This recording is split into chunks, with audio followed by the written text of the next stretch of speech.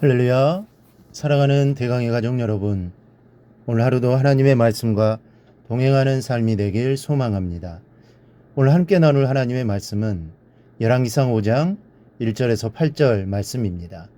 솔로몬이 기름 부음을 받고 그의 아버지를 이어 왕이 되었다 함을 두로왕 히람이 듣고 그의 신하들을 솔로몬에게 보냈으니 이는 히람이 평생에 다윗을 사랑하였습니다.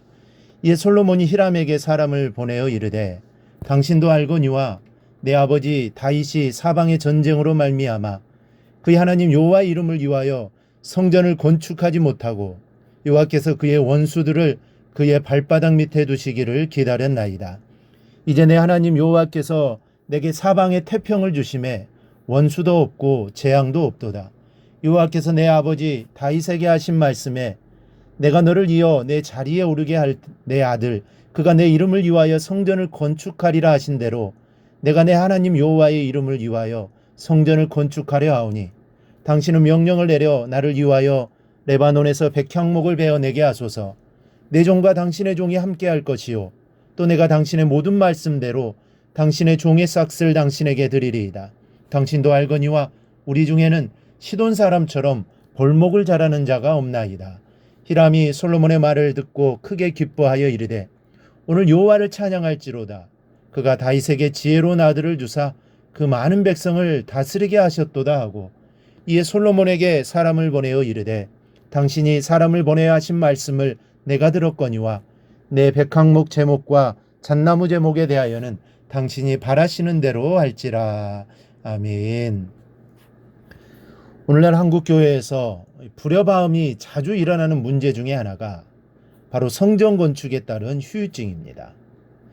저도 아버님 목회를 하셔서 새 성전을 건축할 때 있어 보았습니다. 그리고 부교육자 생활을 할 때도 새 성전을 건축했던 경험이 있습니다. 그런데 이 성전 건축은 쉽지 않습니다. 이 얼마나 어려움이 많은지 모릅니다. 그런데 이는 어찌 보면 당연한 것입니다. 마귀가 가장 싫어하는 일이기 때문입니다. 그래서 교회들이 건축 도중에 둘셋으로 갈라지는 경우가 많습니다. 이를 보면 정말 가슴이 아픕니다.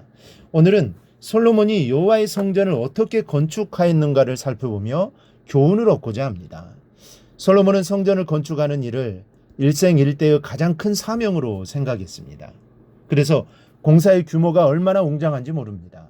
13절에 역군의 수가 3만 명이라 그랬습니다. 일꾼의 수가 3만 명이나 되었습니다. 그리고 15절에는 짐꾼이 7만 명이라 하였고 산에서 돌을 뜨는 자가 8만 명이라 했습니다. 16절에는 이 외에 그 사역을 감독하는 관리가 3,300명이라고 했으니 이 성전 건축의 규모가 어떠한지 알 수 있습니다. 그런데 본문에는 이 성전을 건축하면서 아주 감동적인 사건들이 벌어지고 있습니다. 먼저는 이방인들이 성전 건축에 중추적인 역할을 맡았습니다.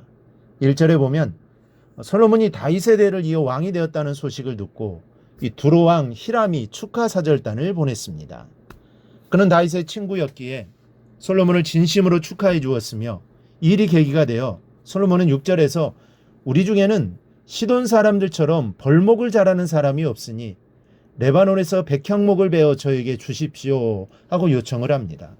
히람은 솔로몬의 모든 요구를 흔쾌히 수락해 주었습니다.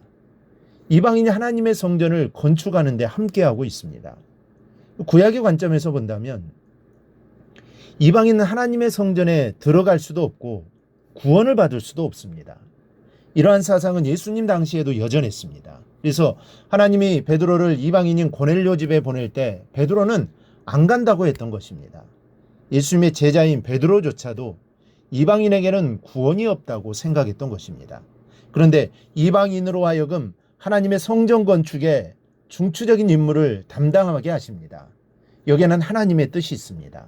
그것은 장차 메시아가 오실 때 이방인들도 그 구원에 참여케 하실 것을 구약을 통해 미리 보여주신 것입니다. 두 번째는 솔로몬은 평안할 때의 성전을 지었습니다. 그의 아버지 다윗 왕이 성전을 건축하지 못한 것을 이렇게 말하고 있습니다. 내 아버지 다윗이 사방의 전쟁으로 말미암아 그의 하나님 여호와의 이름을 위하여 성전을 건축하지 못하고 전쟁으로 나라가 어수선하여 성전을 짓지 못했다는 말입니다. 솔로몬은 태평성대를 누리고 있는 지금 성전을 건축하고자 한 것입니다. 성전 건축이 시종일관 평탄한 일은 아닙니다. 대부분 어려움도 생깁니다. 그것을 잘 극복하면서 하나님의 성전은 세워집니다. 솔로몬의 마음은 이랬습니다. 이제 내 하나님 여호와께서 내게 사방에 태평을 주심에 원수도 없고 재앙도 없도다. 그래서 성전을 짓겠다는 것입니다. 분란이나 싸움이 전혀 없이 영광스럽게 기쁨으로 성전을 짓겠다는 것이 솔로몬의 의지요 마음입니다. 하나님의 성전은 이렇게 지어져야 합니다. 그리고 그는 한 가지 더 중요하게 생각했던 것이 있습니다. 즉 가정의 평안입니다. 어마어마한 인력이 동원되는 거사였으나 그는 백성의 가정을 끝까지 지켜주었습니다. 14절을 보면 그들이 한 달은 레바논에 있고 두 달은 집에 있으며, 솔로몬은 인부들로 하여금 한 달은 레바논에서 일을 하게 하였고 두 달 동안은 집에서 아내와 자녀들과 화평을 이루도록 배려해 주었습니다. 성전을 건축하는 것만큼 귀한 사명도 없습니다. 그러나 무절제한 신앙으로 가정의 평화가 깨지고 교회가 둘로 나뉘면서 그렇게까지 건축을 한다는 것은 신앙적으로 용납하기가 어렵습니다. 물론 성전 건축을 하다 보면 여러 가지 시험과 어려움이 없을 수는 없습니다.